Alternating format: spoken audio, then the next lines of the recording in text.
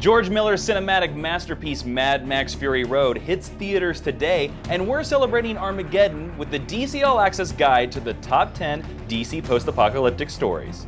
10th on the list is the current Vertigo series Suiciders, which is set 30 years after the big one splits LA in half. One side is a big shiny metropolis, and the other is basically a garbage dump.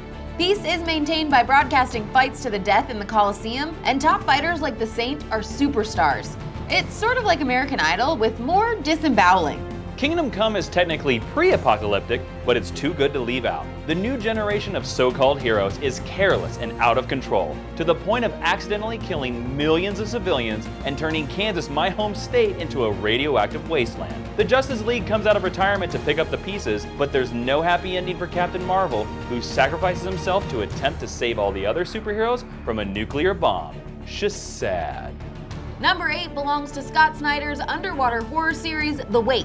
The second half of the miniseries takes place 200 years in the future, where an army of sea monsters has melted the polar ice caps and left most of the world underwater. I bet Kevin Costner would feel right at home. Vertigo's DMZ nabs our number 7 spot. It's set in the near future during a second civil war between the US and the Free States of America. With the Free States controlling New Jersey and the US holding Brooklyn and Long Island, Manhattan becomes a demilitarized zone. New York may be a sniper-filled hellscape, but at least rent is cheap. Next on the list is DC's massive 2011 crossover event, Flashpoint. Barry Allen wakes up in an alternate universe where Cyborg is the ultimate hero. The Atlanteans are at war with the Amazons, Bruce Wayne is dead, the Flash and the Justice League don't exist, and the world runs out of bacon! Okay, there may not be a bacon shortage, but the point is the universe is in shambles and only Barry can save the day. A massive earthquake shakes Gotham to its core in Batman No Man's Land, our number 5. After the quake, Gotham is left in ruins and deemed unsalvageable by the US government. The authorities abandon the city and won't let anyone in or out. Gangs and supervillains run wild while Batman, Gordon, Oracle, and Huntress are left alone to protect the citizens of Gotham. It's a 10.0 on the fun scale. Jeff Lemire's Mad Max meets Bambi Tale, Sweet Tooth bites down on our number 4 spot.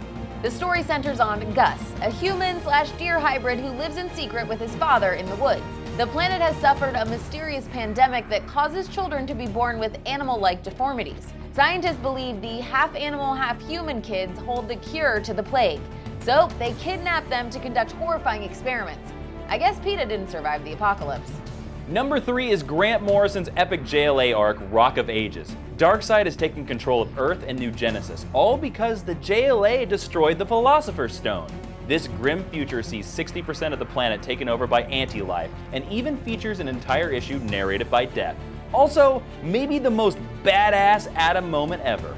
Our number 2 goes to Vertigo's Why the Last Man, a sci-fi series that imagines a world where every man on Earth mysteriously drops dead. Women rebuild society from the ashes of this global catastrophe and confront a future where cloning may be humanity's only hope for survival. But not every dude is dead. A young escape artist named Yorick and his pet monkey are the sole surviving male primates. Sounds like the most dramatic season of The Bachelor ever.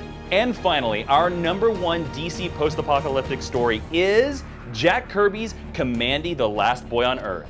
After the Great Disaster, various evolved animals rule the world, and humans are used for labor and as pets. Meanwhile, Kamandi is one of the only intelligent humans left on Earth.